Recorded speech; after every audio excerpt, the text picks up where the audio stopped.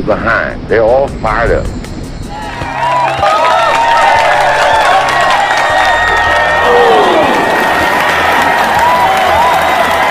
What we got to do? First place, our defense has got to go out there and take the ball.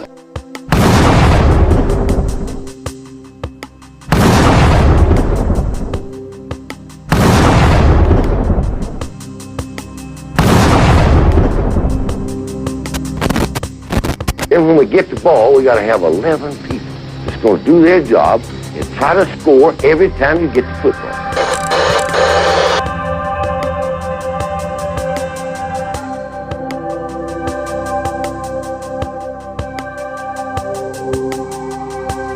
If we do that, we'll be all right. That will be all right.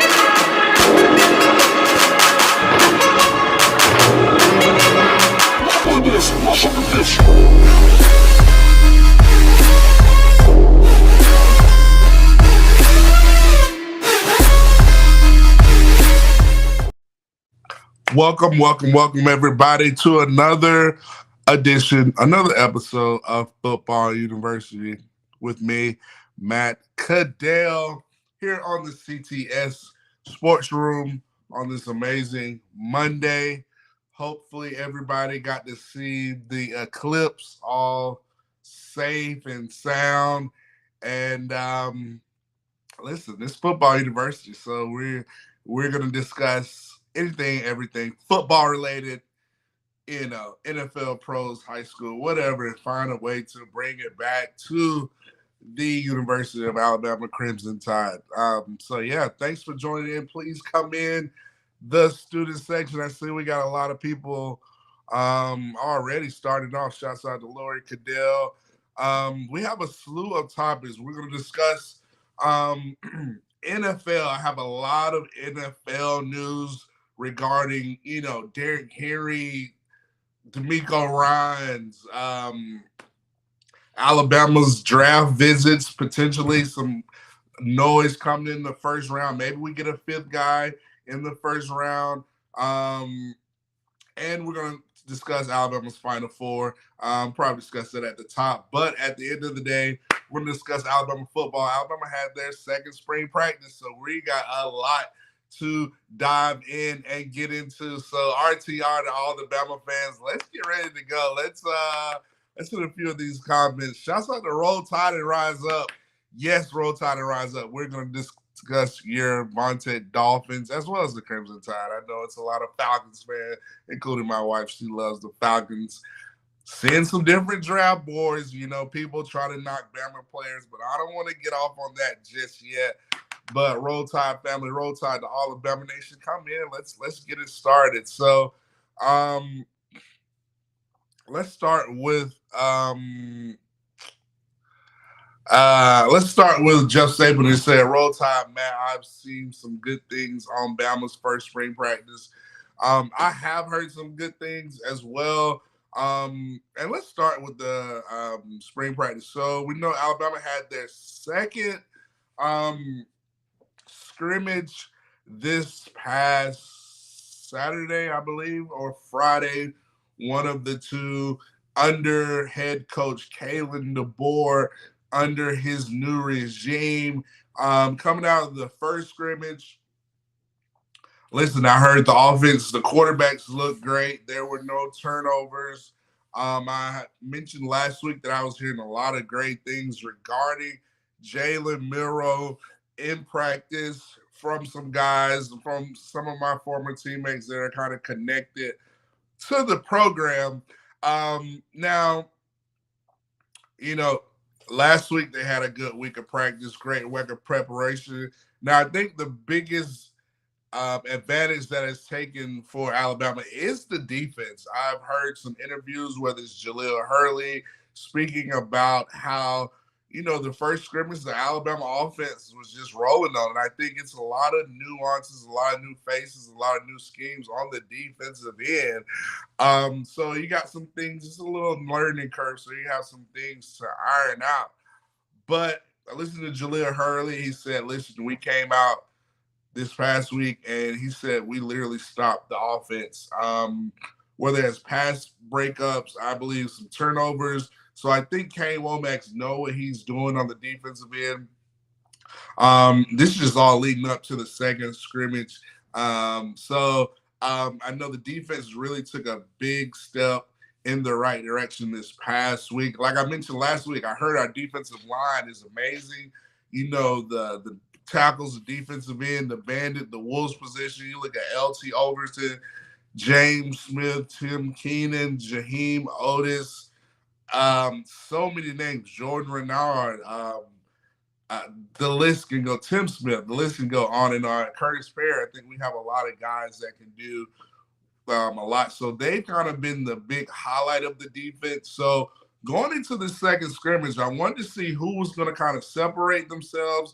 We install more on the offensive side. The playbooks gets a little bit more in depth.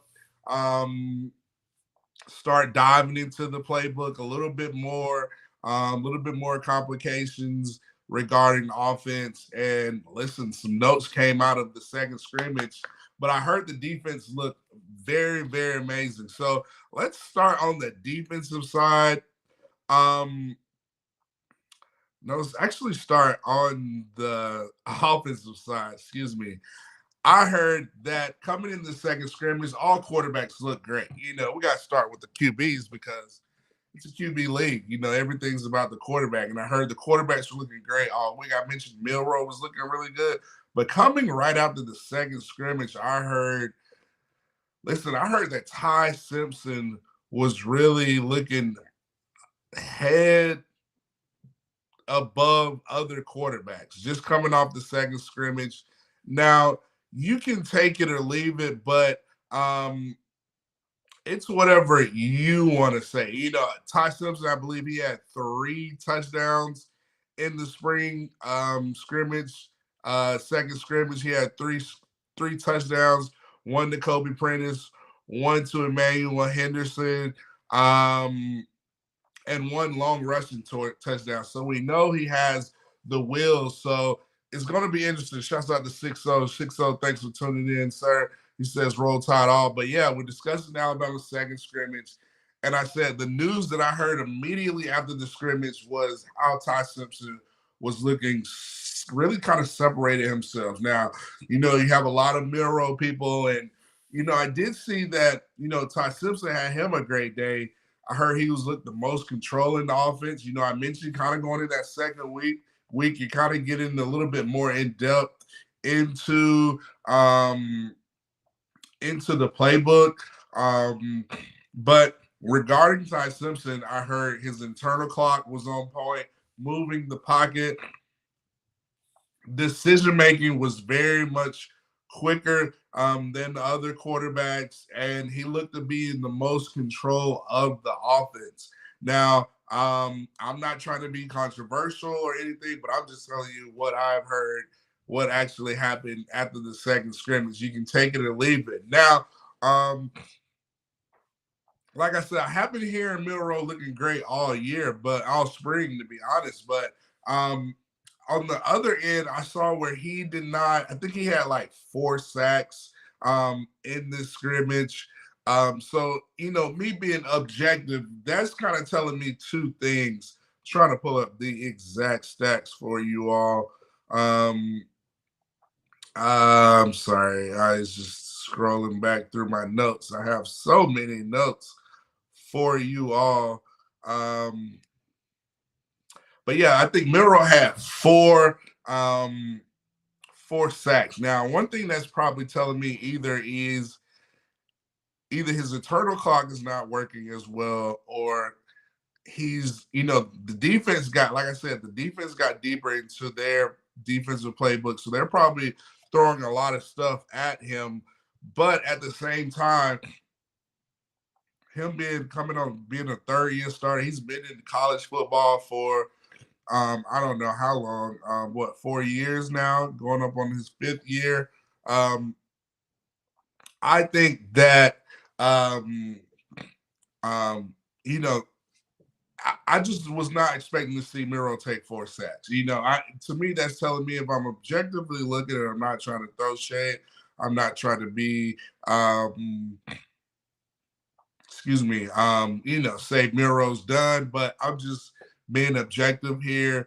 To me, that's telling me, he still need to work on, um, managing the clock. And I think if you've heard me on Fine Wilson, I say he's got to be able to be quicker, make decisive decision makings. He's got to be able to move the quarterback pocket. He's going to have to be able to do, in order to be a dynamic elite QB passer. You look at the greats, you look at the ones who are really elite. They know when the pressure is coming. They're able to read the defense. They're able to come off different reads. It's a lot of different mechanics that you have. But I don't. If he's taking 4 sacks in the spring, maybe is that an offensive line issue, or is that more so of maybe holding on to the ball a little bit more? I don't know. We'll find out on Saturday, 8A. Speaking of 8A, 8A's this weekend. So happy 8A week. I can't believe I waited this late, 10 minutes into the show to not discuss it. But just want to get right to those second scrimmage notes. I want to get you all thoughts on the quarterback situation. But Miro, I think he was 6 of 9. The stats did not. Wow, I don't even think he threw any touchdowns. He might have had a rushing touchdown. I mean, that's good and all, but I'm looking to Milroe to take the next step. Like I said, I have a lot of faith in him, and I think he's got to be able to. Luckily, we have, as Jeff Stapleton says, we have a quarterbacks coach. We have Nick Sheridan. We have Brian Ellis, the offensive coordinator that came from Georgia Southern, who was the offensive coordinator. Brian Ellis, the tight end coach, but he's another offensive mind who came from Western Kentucky before he was at Georgia Southern, where he had Bailey Zappi and that crazy offense at Western Kentucky, where I believe Bailey Zappi threw for like 60-some touchdowns. So we have a lot of offensive minds. I know it's just spring, but I think it's important we do Milroe and Ty Simpson and all the quarterbacks, whether it's Dylan Lonigan or Austin Matt, they are better off in that quarterback room having a QB coach. Now, I think, maybe they were trying to hold some things for Milroe, have him work on some other things, but being objectively looking at the stats, getting the information that I see, 4 sacks is kind of what we were taking a lot of sacks last year. I think the offensive line, Caden Proctor had his issues. We weren't getting great snaps. The offensive line wasn't great, but some sacks were a little bit, still kind of some of the critiques of Milroe is he's holding on to the ball too long, or he's not looking at his check down quick enough. So hopefully none of those things are still kind of reoccurring for him. I know he's put in the work going into the facility, but listen, I just think with a new offensive coordinator, new head coach, all these offensive minds, you're looking at a Brian Ellis, the tight ends coach, his offensive minded background, Nick Sheridan, Jamarcus Shepard, Kalen DeBoer. They're probably looking and saying, wow, man, we've got a lot of competition talent in this quarterback room, but this player is kind of separating themselves. So it's going to be interesting to see how this plays out. Like I said, Ty Simpson's got experience. Like when he's coming to the game, he's looked very, very on point, accurate balls. I still think if I'm Milroe, he still needs, if he's going into the complex early in the morning, he needs to be throwing the ball. I don't think he's throwing the ball enough accurately. Practice makes perfect is what I've always known. So obviously he needs to continue to practice on accuracy with the ball, footwork drills with a QB coach. knowing how to come off his first, second, coming out when that first read is not there, actually having to read the defense as well as manage the pocket. So it's a lot of things that you have to do to be an elite dynamic passer in this league. If you're in the NFL is what your goal is. So I have faith in Miro. I think he will, but he's gonna have to because he's got Ty Simpson, he's got Austin Mack, and he has Dylan Lonergan. And I heard Dylan Lonergan is no slouch. So, and it's a new regime. So I believe they're gonna play the best player. So I'm just putting it out there. Let me get your thoughts in the student section. Let's see what Jeff Stapleton says. He says, you see what Matt Mitchell said the last time the eclipse happened, Bama won a national championship. Yeah, listen, I hope Bama wins the national championship. I hope Alabama blocks out all the negativity and dominates this football season and wins another national championship. And, the national championship is in Georgia in the Mercedes-Benz Superdome, I believe that's called. I would love to see Alabama versus Ohio State.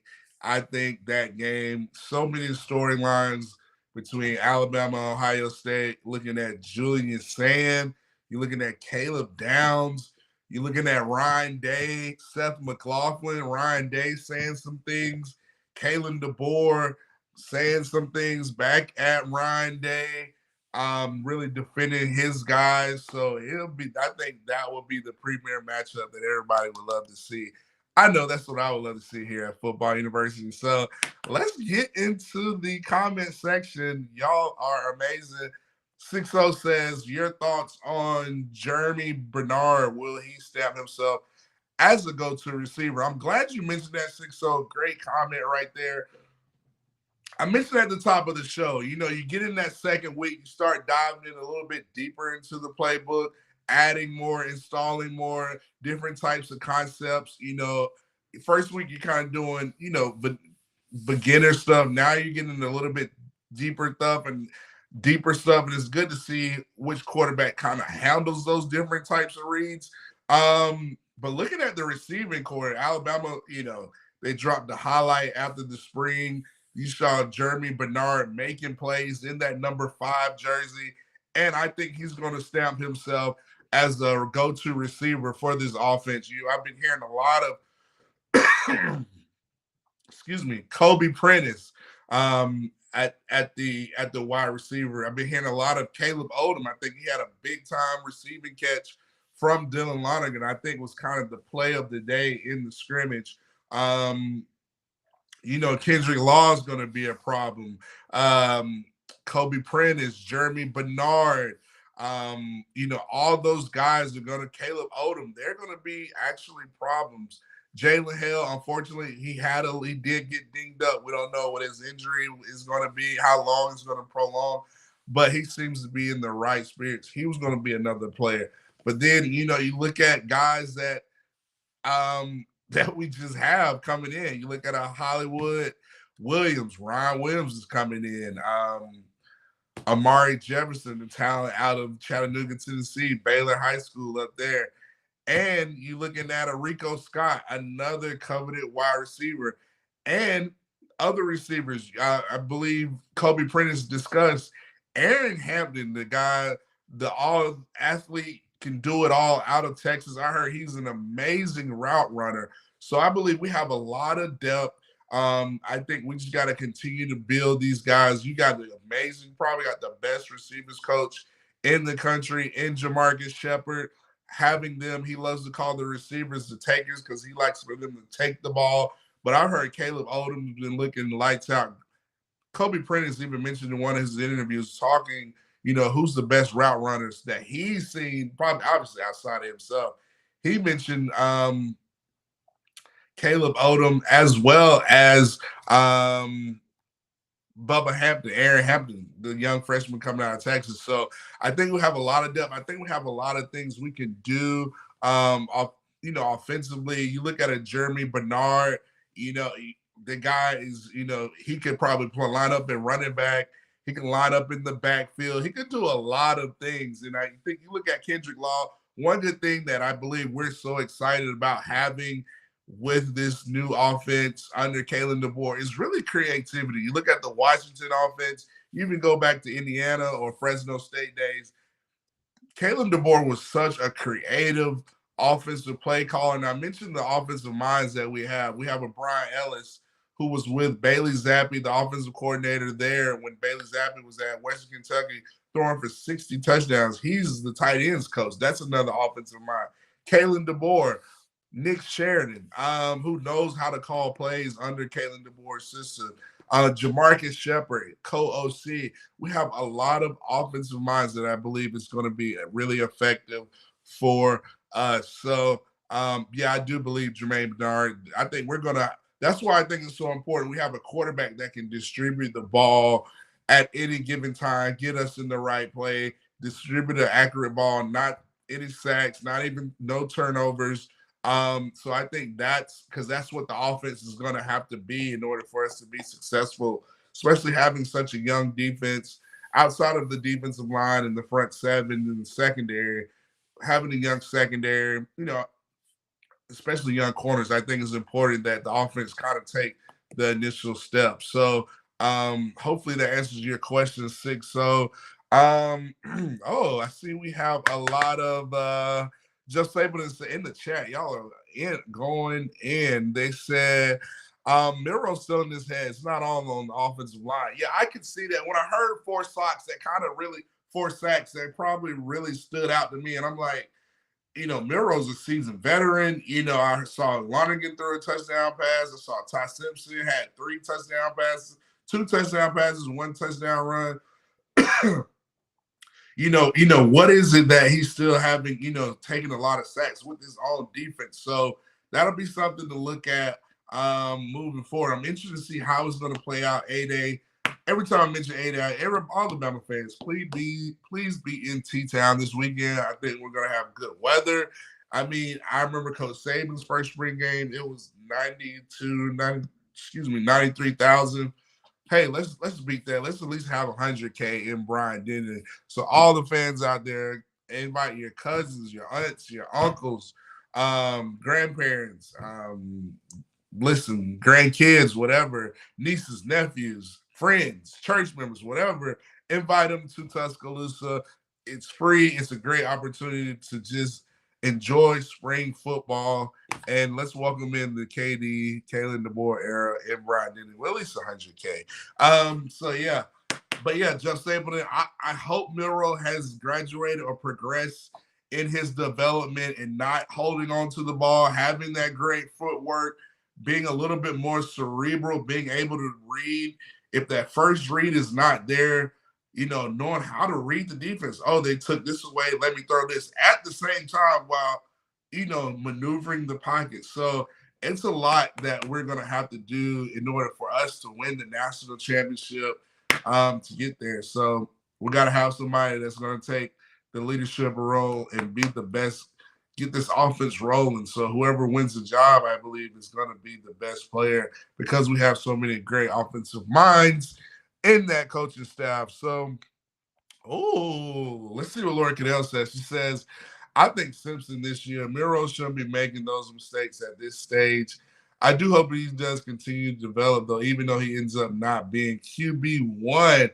Yeah, I mean, that's just kind of initial thoughts for me. I've been hearing, I mentioned last week, I had a teammate of mine who says, Miro looking amazing. And I was like, well, good. I've been hearing that too. It's amazing what a QB coach does. And, I was interested to see how you progress from, week 1 to week 2.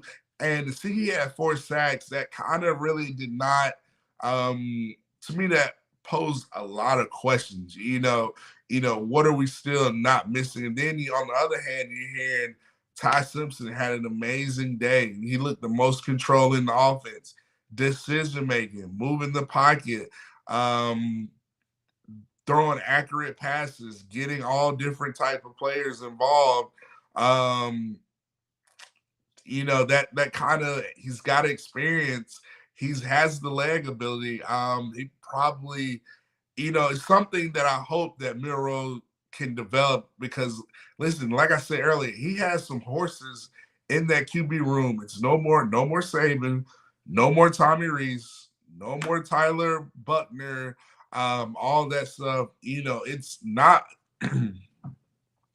Listen, he's just got a lot of competition. He's in order for us to go the way we need to go offensively, and if the national championship is our goal, we need to have a quarterback that's going to get us there. So, Laura Caddell said she thinks it's Ty Simpson. That's interesting to see. Y'all are in the chat. A lot of the QB talk. I love it. Jeff Saban says, Matt, you think Lonergan would separate himself in the QB race season? Now, one of my good friends, Lushawn, he does an amazing job with me on the Fighting Whistle on the Bama Standard, but he was saying that he had heard some things about Lonergan looking very well as well. And if you go to Kalen DeBoer's post-scrimmage comments, he mentioned Dylan Lonergan. I think the play of the day was that touchdown pass to Caleb Odom. So obviously, Kalen, it's always a good sign when you're hearing coaches say things about certain players. So I believe, listen, he has potential to separate himself. I mean, it's a stacked QB room, probably the top QB room in the country, as well as, so versatile. I mean, you have Miro, you got Ty Simpson, who can, can do it all, run it, pass it, whatever.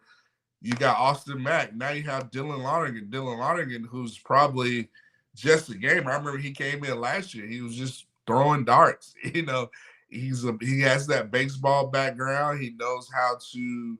He probably knows about throwing the ball accurately. He's probably more of a gamer, playing in big time football in the state of Georgia and throwing just different types of passes and pitches, in baseball. So he knows about delivering the ball accurately. So I definitely do see a lot of potential in Dylan Lonergan, especially in this offense. He's mobile enough. I believe he's cerebral enough. I think he has really good footwork. I think he has the mindset to really, if he's got thrown in there, he could go win us a game. So I definitely see a lot of potential in Dylan Lonergan. Let's see. M. Davis says RTR. Jeff Saban says, "Ooh, we're still on this Milrow talk." He says, "Milrow problem last year was not reading the field, wide open players with no defensive players around him." Yeah, I think a lot of times Milrow, which can happen for young quarterbacks, but listen, Milrow's been in college for a long time. I think he's coming on his fourth or fifth year this year. So, a lot of things you would think he would have kind of ironed out. Now, I'm not going to put it all on Miro. The offensive coordinator has a lot to do with that. He didn't have a QB coach, but that's why I said Miro has to do a lot of things on his own to really,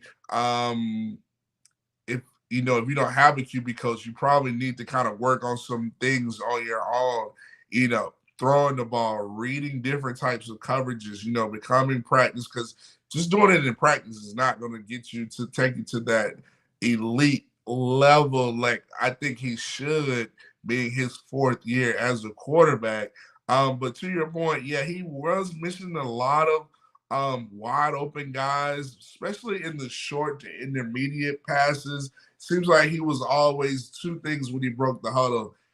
He was going off his first read, and he was always trying to go deep. And if that wasn't there, he would kind of get,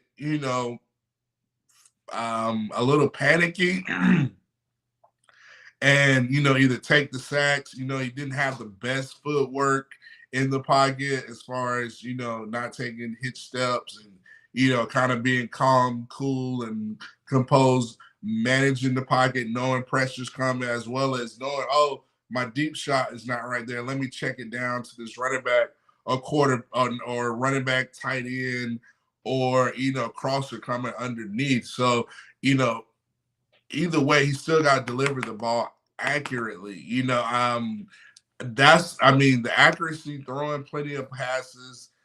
This is what we do at Football University. We have those tough conversations. He's got to continue, and I've been saying this for the longest. I think Jalen Milroe has to continue to develop as his QB mechanics. That is decision making, footwork, and delivering the ball accurately. If he can work on those three things and continue to pass the ball, he needs to be getting up about 50 passes with the receivers all year. He cannot take any day off if he's trying to go to the next level next year and separate himself in this QB race. I think those are three focus areas that he has to work on, and just working on that second and third read and knowing how to know where pressure might be coming, pre-snap, post-snap, whatever. So I think if he does those, he will separate himself, because if he delivers the ball accurately, he'll be confident in throwing it to the check down, the short and immediate routes, in my opinion. So great comment there, Jeff Stapleton. Let's see. Sternemeyer says RTR, roll time to Velma. 60 says Milroe needs to work on the ball, throwing the ball quicker. Now, I will say, I do think he has improved. I do think having a quarterback coach in Nick Sheridan, having Kalen DeBoer to work with, I just think that will help benefit. I do think he has made some improvements in the short to intermediate game, whereas, as opposed to last year. So I do think there's some progress. I'm just saying, the deeper we get into the playbook, the more he's going to have to understand conceptually, pre-snap, post-snap reads, protections, receivers, check downs. If this is not there, going here, looking at pre-snap coverage. It's a lot of the mechanics that I believe he's got to work out. So I do think he has improved on throwing the ball quicker. I just want him to your point, so not only throw the ball quicker, but see what the defense is giving you. Take it, but throw it accurately. Even in the highlight film of last week, I believe, it showed Kobe Prentice making an amazing one-handed catch. And it looked like, just me being objective here, it's just like a simple drag route, nothing too fancy, too complicated. But, a drag route, Red Morgan was covering him. I don't know why he's got to make an acrobatic catch. As a receiver, you want the ball, especially on a simple drag, you just want it to be in front of you, just accurate. So to me, that tells me he still's got to work on his accuracy. He's still got to work on, if he works on it, he'll become more confident in those short intermediate throws and delivering the ball quicker to those shorter intermediate throws accurately. So that's just my take. I still think Milroe has to work on those things. It'll be interesting to see how he looks on Saturday, 8A game, the progression he has made. I do think you will see an improved Milroe, but at the same time, guys like Ty Simpson, Dylan Lonergan, it's going to be interesting to see how great they look, because after what I heard from second scrimmage, Ty Simpson's looking really, really good. So hopefully that answers your question. Woo, let's go. He says, let's go to Nick Saban Jr.'s comment. He says, shouts out Nick Saban Jr. Tune into his page. He does an amazing job covering everything football. He says, many sources believe Alabama is the biggest threat to flip the number one recruit in the nation, Julian Lewis, excuse me, from USC, per Bama Online. He took multiple visits to Tuscaloosa this spring and is currently in the process of scheduling official visits. Lewis is former high school teammates with Crimson Tide receiver Caleb Odom. That is huge. Now, I will say, to be objective regarding that, USC is doing a lot. They have been on a heater the past month or so regarding recruiting. I know they flipped one of Georgia's big-time D tackles, was a 5-star, committed to Georgia. He flipped from there. He's going to USC. You look at, I think they got another recruit out of Texas or Nevada or something like that. So they've been just about each week, USC has been rolling. So I don't know what happened, Lincoln Riley or whatnot. But on the flip side, I do believe Alabama is the biggest threat to flip, to your point, Nick Saban. But I believe this is going to be a long process, probably come down to Alabama and USC, because Lincoln Riley, look, he's going to have another potential number one pick from USC under his regime. I mean, he's had um, um, he'll have Caleb Williams. He worked with Jalen Hurts. He's had Baker Mayfield. That's what, 3 right there. But at the same time, you look at Alabama. You look at Kalen DeBoer. You look at the history of Alabama quarterbacks, from Bryce Young to Jalen Hurts as well, Tua Tagovailoa, Matt Jones. So we have a lot of history of putting big time quarterbacks. We are closer. Excuse me. He is closer. He is teammates with Caleb Odom. So it's a good thing he is visiting, but I think it's going to be a long process all the way up to signing day. Even if he does flip to his commitment to Alabama, I think it's going to be, so many other schools. Still, football season is going to take a lot of visits. I think it's probably going to come down to Alabama and USC. But great for the comment, Nick Saban Jr. Let's see. Jeff Saban says Odom has been compared to OJ Howard. That's pretty good company to be in. Yeah, I believe you're regarding to OJ Howard. Yeah, I just think Caleb Odom is. I believe we have two chess pieces, multiple chess pieces on the offensive end. I mentioned Jeremy Bernard, but you look at a Kendrick Law in this offense with this type of creativity, the things we could do. If you're a fan of the football university, I've been trying to say, listen, whoever the offensive coordinator, get creative. It's not that hard. You can really confuse a lot of defenses, and I think we finally have the coaches that can do that.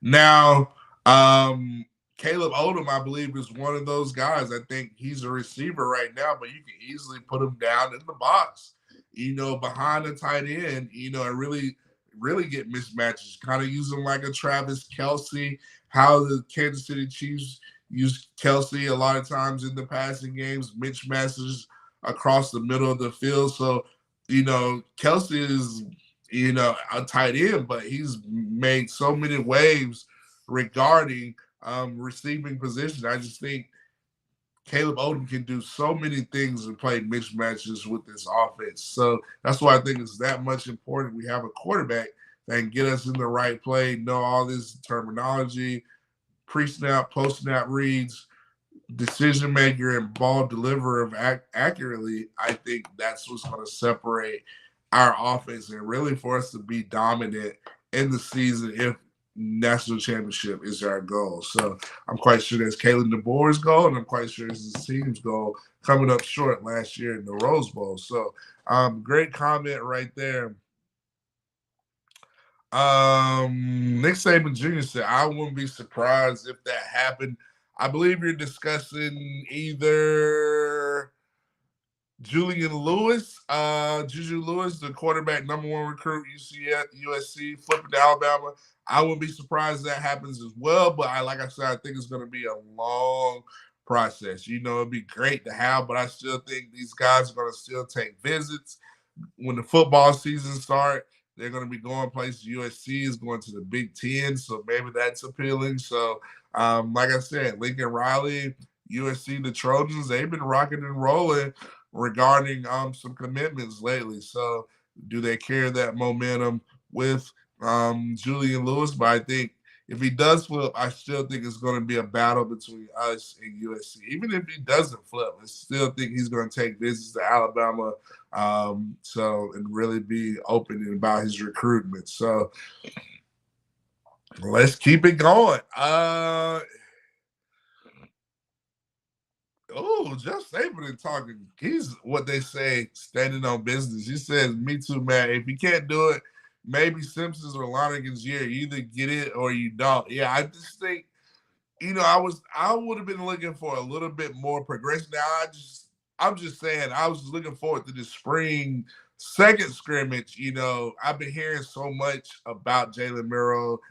I was not expecting him to have 4 sacks and be 6 of 9. Whereas you look at Ty Simpson, responsible for 3 touchdowns, one to Kobe Prentice, one to Emmanuel Henderson, and a running one. That's 3 touchdowns right there. Then you look at Dylan Lonergan, he had a touchdown. I was just expecting more. So, I believe he has made progress. We just haven't seen it yet. We're just going off what we've heard from people saying. But I do think Miro has made a lot of progress. I just think he has to continue to develop and make even more progress because he's got to put in the work. I just don't think he can after spring training. It's not like work on his game. He has to be throwing at least 50 to 60 balls a day. That's what the great ones do. You look at a Bryce Young, you look at that Tua Tagovailoa. They put in the work to do. They're working on their QB mechanics, throwing motion. There's so many things you could be doing on your own. So, yeah. So let's get to another position. Thank you, Nick Saban Jr. He says, I'm excited to see the running back trio. And I would say I wouldn't be surprised if it's a quartet. You look at that Jam Miller. I heard he said Jam Miller, Jaden Roberts mentioned that Jam Miller is looking amazing, but Justice Haynes, man, I keep saying it.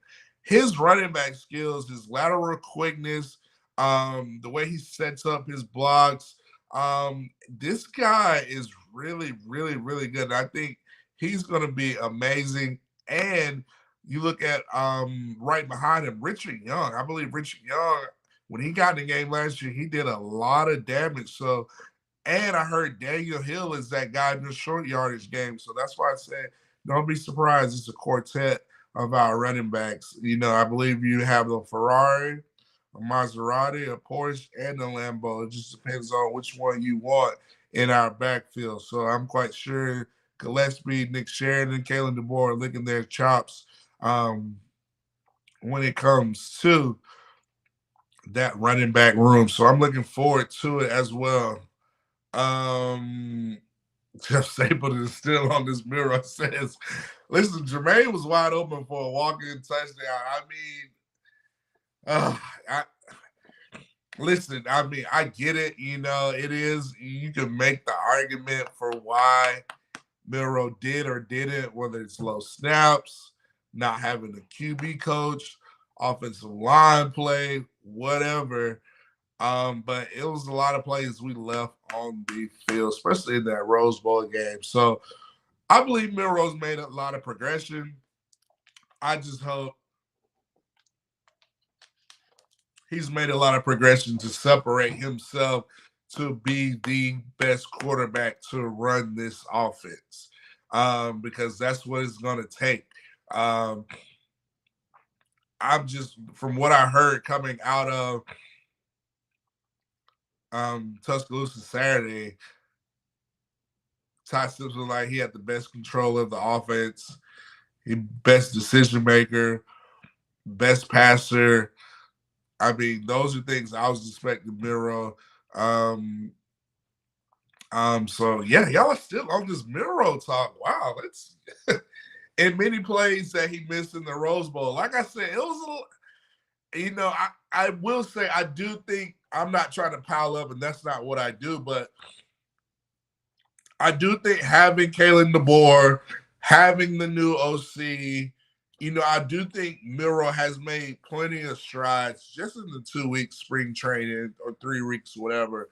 I think he's made a lot of strides in that area. So I think you're going to see Saturday a better QB at Miro, from Miro in the 8A game. Shouts out to the 8A game. Again, Alabama fans, we need you out of the game on Saturday. Where you can see this QB, which quarterback looks the best.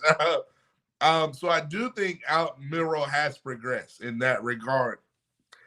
Now the question is, has he progressed to where he looks better than Ty Simpson, Lonergan, or Austin Mack? That's to me the question that I want to see answered on Saturday. So, like I said, Milroe, if you're out there, I still think you got to be throwing about 50 passes a day, getting with a quarterback coach, working on your QB mechanics, footwork, throwing the ball accurately, not just getting passes, throwing the ball accurately, working on your throwing motion, having that accurate rapport with the QBs, and diving into that playbook, knowing, okay, if my first read's not there, 2 and 3, the second and third reads got to be there, because I've heard Kane Womack's defense is so hard to go against in practice because he presents a lot of different things. So it's going to, and with the more in depth we get in the playbook, the more the quarterback is going to have to take on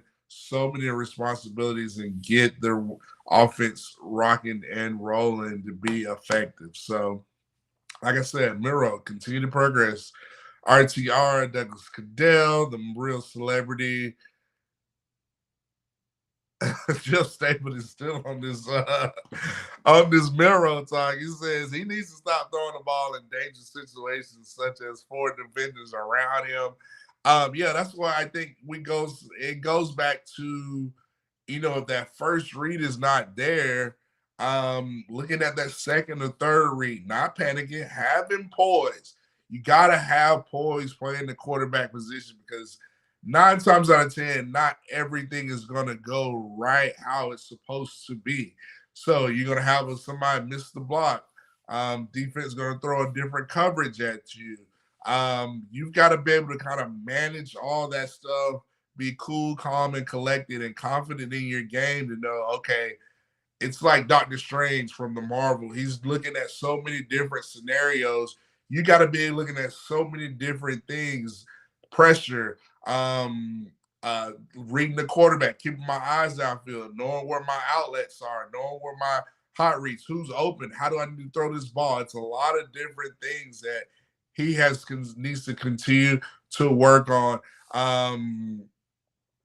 And I think if he does that, he will. Now, I think he has made a lot of progress, but I think I want him to not only just be good, I want him to be elite because, like I said, I want Bama in the national championship. Like, we have a tough schedule, so we have too many weapons. I mentioned Amari Jefferson, Hampton, Jeremy Bernard, Caleb Odom, Jalen Hale when he gets back. Like, we have so many weapons, all these running backs. Like, we need an offensive QB that can distribute the ball and really get us going in SEC play this year. When we get to that national championship and the playoffs. So let's see, RTR, Nick Saban Jr. and LaShawn. I love it.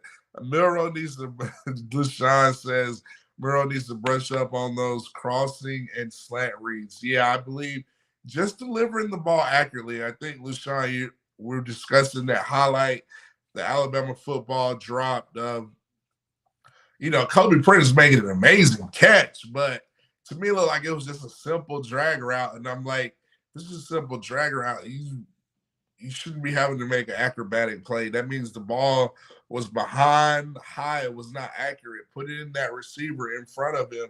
That way, when Kobe Prentice catches it, he can go and get 50.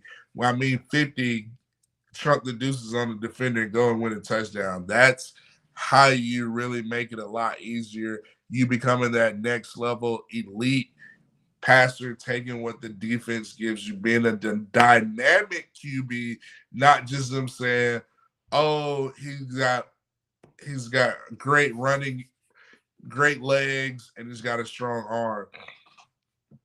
You want the defense to say, "Man, I hated having to go against Jalen Milroe because he could run it, he could throw it, he made all the great reads, we threw everything at him, and he still stopped us." That's what you want defensive saying about you, and that's what our quarterback's going to have to do to take us to the next level. So, LaShawn says, "Roll daggum tide."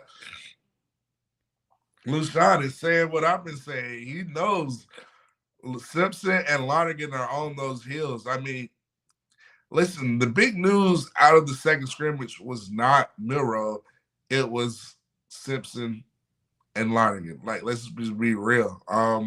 Even in the first scrimmage, you saw Austin Mack throwing some dimes, different off platform type of throws. So yeah, it's a lot. So Nick Saban Jr., Lou Sean, I love to hear those guys. Those guys are amazing. Follow those guys. Alabama football, great minds right there. It was basically the difference. Jeff Saban says that was the big play, Nick. It was basically the difference in overtime and the end of the game. Going back to this USC topic, he says USC has been going crazy in recruiting. They have been going crazy. Caleb Odom, a class of his own. Yeah, I think everybody's just saying he's just an ultimate chess piece. He's like having Megatron or whatever you want to say in your offensive package. It's going to be amazing for us. He has great hands, great route runner. Just a great kid. Nick Saban Jr. says the same thing. Yeah, I like listen, Jeff Saban, to your point, I do think Odom can take the top off of defense. We just gotta have the QB to do that. We gotta have the right person in as far as decision making, pre-snap read, post-snap read, not turning the ball over, delivering the ball accurately, throwing it to the person that needs to get the ball where it needs to be. So it's a lot. Listen, like LaShawn said, Simpson and Lonergan are on his heels. That's why I gave Miro his things he needs to work on. Work on throwing the ball, not just throwing the ball, throwing it accurately, getting in the playbook. Okay, I know if this read's not there, I know my second and third read is there. So many different things. So because if not, you got some guys in that QB room that are on your heels, and you're under a new coaching staff, new regime. So first impressions go a long way. That's all I'm saying. Jeff Stapleton says he's a straight shooter. He's not sugarcoating anything. Oh man, let's see. LaShawn says I can't wait to see the heat, the power, and the intensity and absolute savagery of our D line. I agree. Our D line is going to be going crazy. I mean, you look at Nick Saban Jr. says Quay Russo, the talent out of Carver Montgomery, his teammate James Smith. From what I've heard, to you guys' point, they're having so much freedom on the defensive attack, and we have produced absolute dogs from Tim Keenan, James Smith, LT Overton, Curtis Perry, Latham, Bernard, Damon Payne. Like, we have so many, Tim Smith.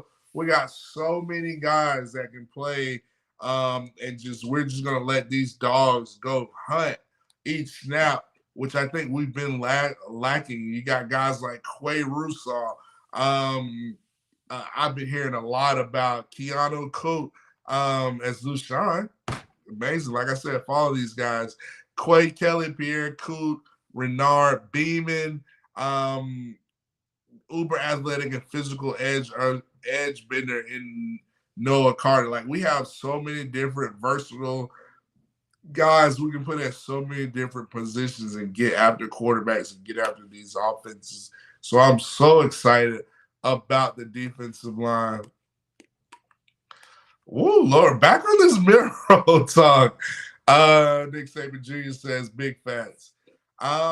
We expect more out of Miro at this stage. As the veteran and the most seasoned quarterback, I gotta agree with you. I mean, just to be objective, like, he's been there, 4, 5 years? I would not be expecting, him still taking 4 sacks. Taking 4 sacks in the spring scrimmage. Now, not to make excuses or anything, I'm just being objective.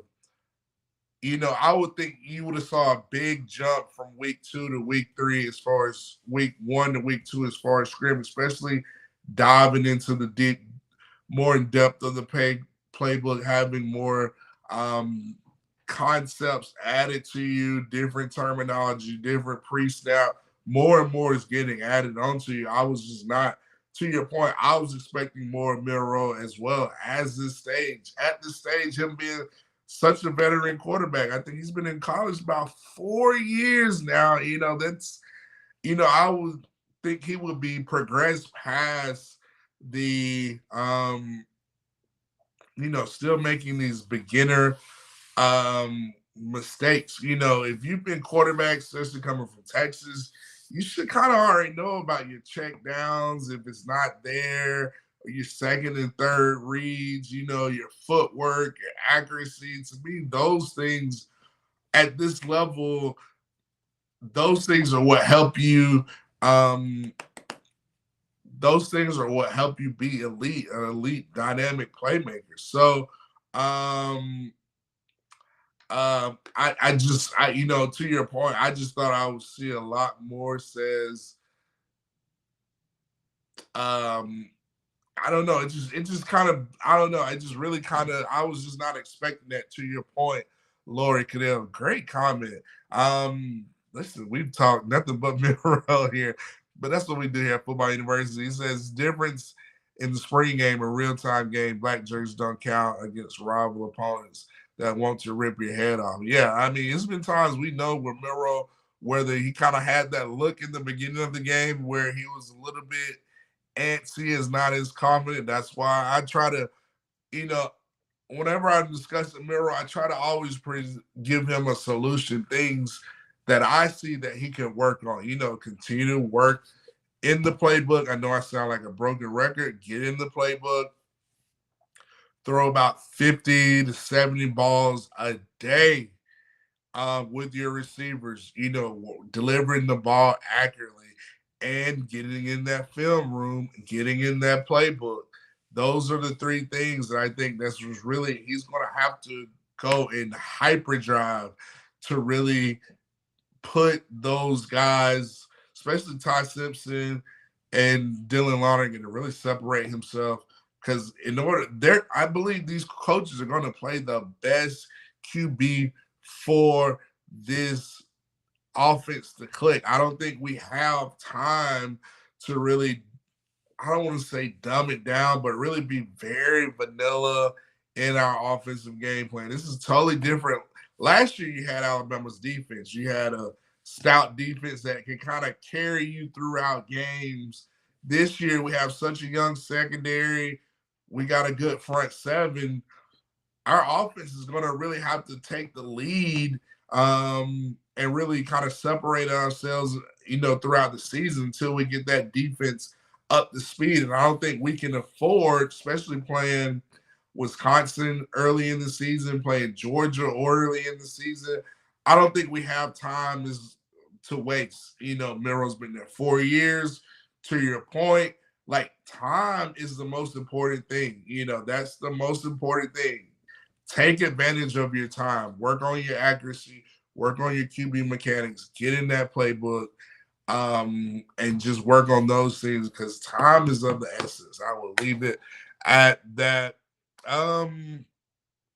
Lushon says, agree. QB has spent 4 years at Alabama, not been top in the QB room before. I do not know. That is a great comment right there, sir. So, man, I know we discussed a lot about Milroe. We discussed the defensive guys. We discussed Ty Simpson. I want to hit the NFL real quick, rapid fire, because that's what we do at Football University. Listen, big news. I believe probably the biggest NFL news this past week. Stephon Diggs going from the Buffalo Bills to the Houston Texans. You got to say, listen, D'Amico Ryans, they are building, him and his GM, they are building something special down there in H-Town. So I want to shout out D'Amico, getting Stephon Diggs, CJ Stroud. They were just in the AFC semifinal last year, rookie year. So Will Anderson, those guys, Christian Lewis, Christian Harris, excuse me, at linebacker, a lot of Bama guys. So it'll be interesting to see about that. But the D'Amico Ryans in the Houston Texans are rocking and rolling, especially with the addition of Stephon Diggs. Now, another big news that happened. Derrick Henry was on the Pivot podcast with Ryan Clark.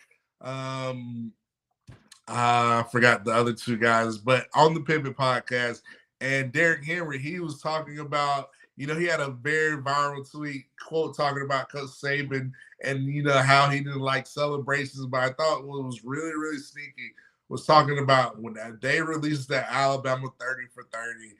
That is going to be crazy. This is going to be like no other, in my opinion. So I wanted to discuss that. And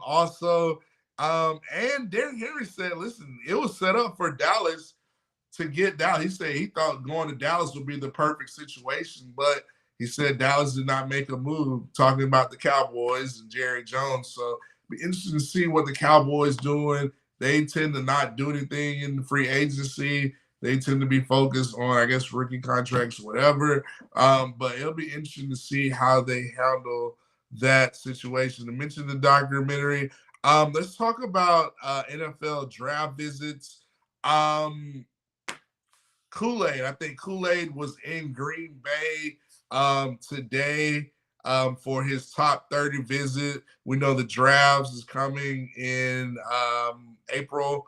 So he had his top 30 visit today with the Green Bay Packers.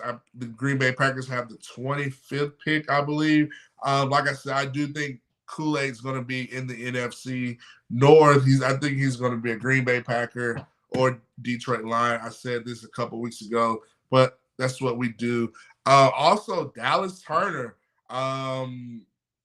is visiting the Vikings today. Well, he visited the Vikings today up in Minnesota, and they have the number 11 pick. So far, he's been with the Bears. I think the Bears have the number 9 pick, as well as the first pick, where they'll probably go Caleb Williams. And the Chargers, I believe the Chargers have the number 6 pick.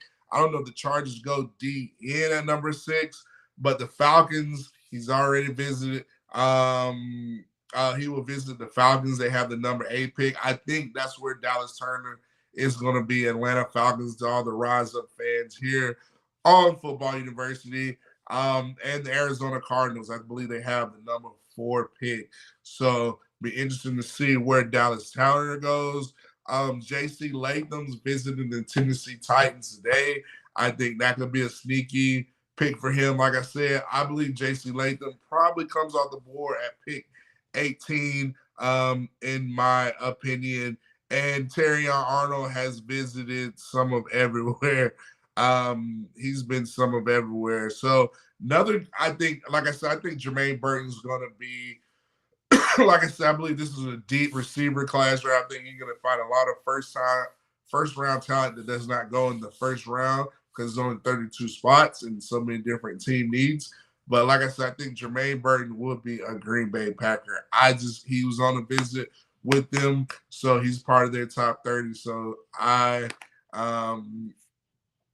think he will be a Green Bay Packer. So we mentioned J.C. Latham, Kool-Aid, Dallas Turner. We discussed it all, so it's going to be interesting to see. But great show tonight. Great comments. I mean, I just love the middle comment, the QB conversation from the chat. Jeff Stapleton, shout out to you. Nick Saban Jr., Lou Sean, Lori Caddell, M. Davis, Douglas Caddell, Velma Stuttermeyer. I'm trying to think who else. 6-0, Roll Tide and Rise Up. Thank you all for tuning in. Let's see. Listen, like I said, 8A. Let's get excited. I'm going to be down there. You all, please, let's turn out. Let's have at least 100K in the stadium for 8A this weekend. Invite everybody and their mama, cousin to Tuscaloosa. Should have beautiful weather, but it'd be exciting to see how these quarterbacks play and see the system KDB is going to run.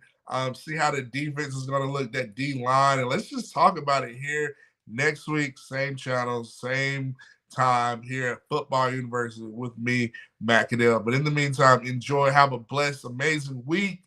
Peace upon all you all. And listen, turn into 8A and let's discuss 8A, more NFL draft news next week on Football University. In the meantime, between time, have a great, amazing week.